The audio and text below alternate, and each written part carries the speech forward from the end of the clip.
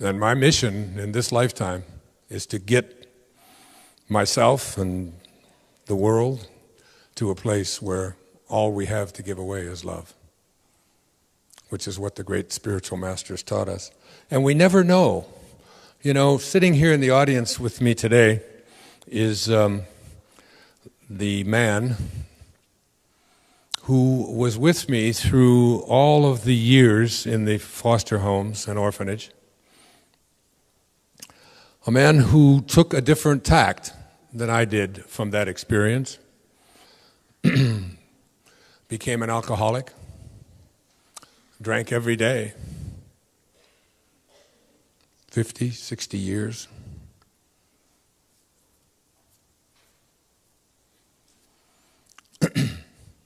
A man who was close to suicide when he was 19 and 20 years old. This is the man who, when he was a little boy, we slept in the same bed together every day. That wherever we were sent, we went together. He was, when he was little, he was smaller than me, even though he was 16 months older. And I felt a need to protect him, but he was always my big brother, and I loved him so much. And I went away when I was 18 and joined the Navy and went overseas, and he stayed back and drank and got himself into difficulty. And ultimately, in 1961, I believe, he went into the Army and continued his drinking every day.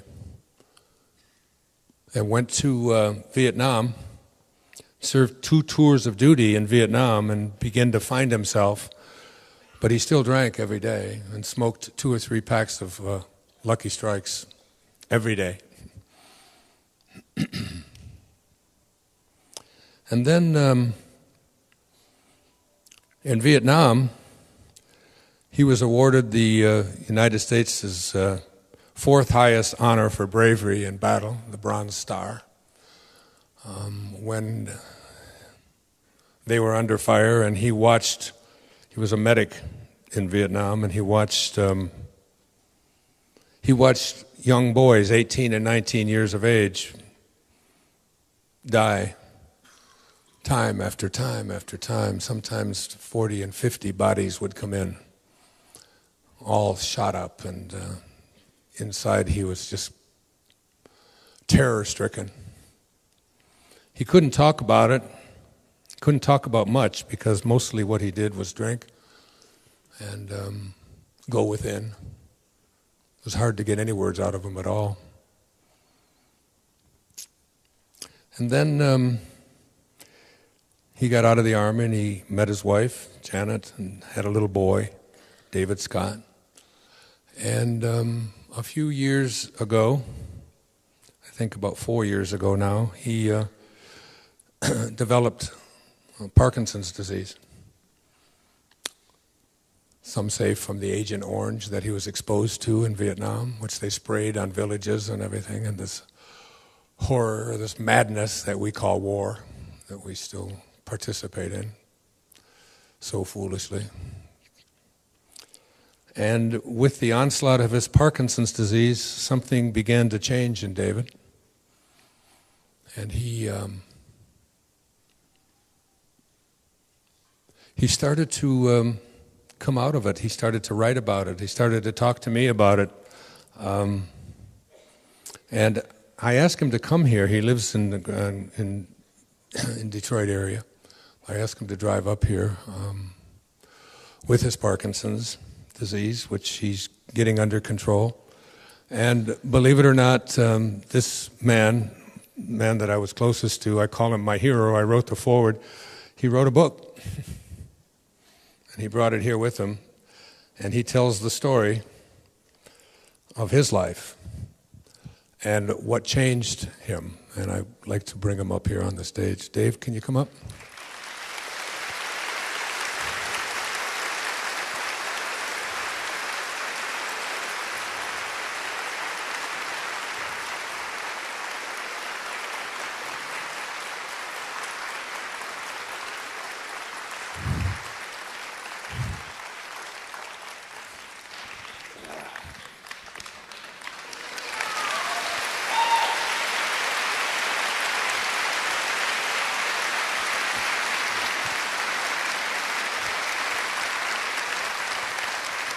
This is a hero. He's not only a hero militarily, but he's my hero as well. And he's written this incredible book and tells his story, and now is willing to talk about it. And Parkinson's disease, Dave, what did Parkinson's do for you? Because most people would think of this as a horrible sentence to have imposed on them, but for you it was something different. Yes, it certainly was. When I went to the wall, to the Vietnam Memorial, and vowed that day with my son on my knees to give up alcohol in the honor of the 56,267 Americans that died in Vietnam. And I'd say at least 200 or 300 of them came through our facility. I was stationed in what they call the Central Highlands, a town of Pleiku, which was along the Cambodian border, where some of the heaviest fighting of the war took place. And it was day after day that they would be coming in, and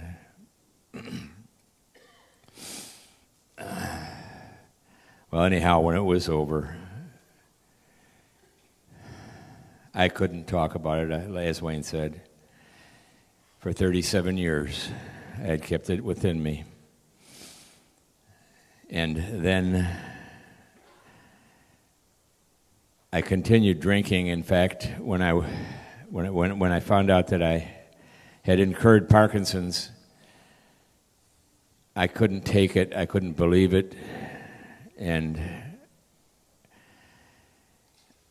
as I say, I kept drinking. And then all of a sudden, things all came together one day when I just felt like I was about to die in the morning. And my brother Jim called and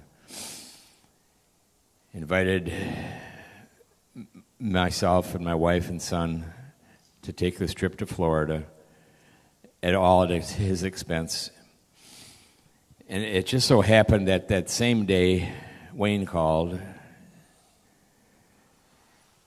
and he had no idea that Jim had called earlier, but Wayne called, and I told him that we were going to Florida, and he was happy to hear it. And I told him that we were going to rent a car because I didn't want to put the mileage on our van. And it didn't take Wayne long, but a few seconds, and he told me, he says, turn that van in and get a new one, which we did. We went on to Florida, and while I was there, I wrote the story about my Vietnam story, and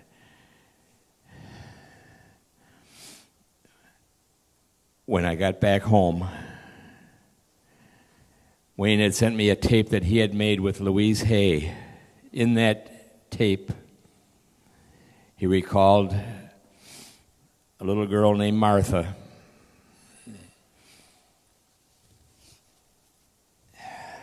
who was with us in Mount Clemens at the boarding home back in the 1940, 46, 47. And I have a over 60-year-old scar on my wrist that reminds me of her. She accidentally stabbed me with a paring knife one day when I was trying to console her. You didn't get those kind of wounds sutured in those days. But anyhow, when Wayne sent me that tape with the words, "Do not die with your music still in you," I was home alone at the time when I played it, and it finally hit me, and I fell to the floor, and I rolled over, and I cried like a baby for hours. That night, I told my wife, Janet, and my son, my Vietnam story, and things began to change.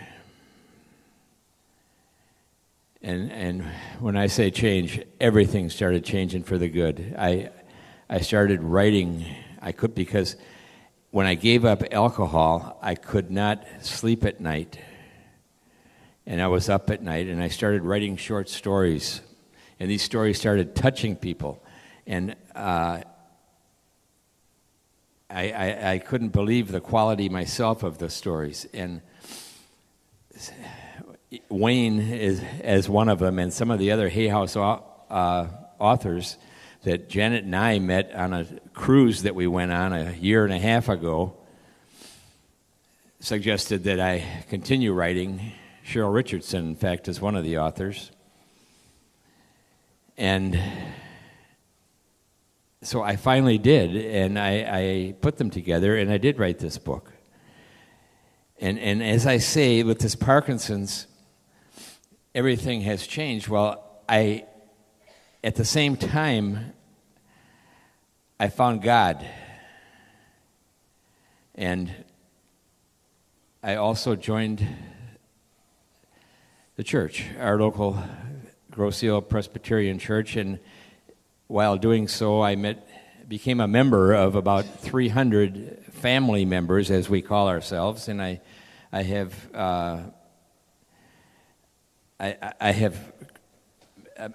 had some personal relationships with so many of those people that it's just unbelievable how things have changed. And now here this week, I had one of these things in my hand. It's unbelievable to me to be able to stand here and talk to all these people, but this week we had Bible school. I played the part of Ocho, who was an octopus. I had the mic in my hand, but I had a puppet in the other hand, and I was hiding underneath a bench. So they couldn't see me, but they could hear me. And there was about 50 to 100 little kids from the ages of 4 to up to 12, or the early teenagers. And I had such a thrill doing that. I just hated to see it end. And that was about the first time I've had one of these things in my hand in probably, oh God, I'd say 30 or 40 years. And now here I am in front of a couple thousand people.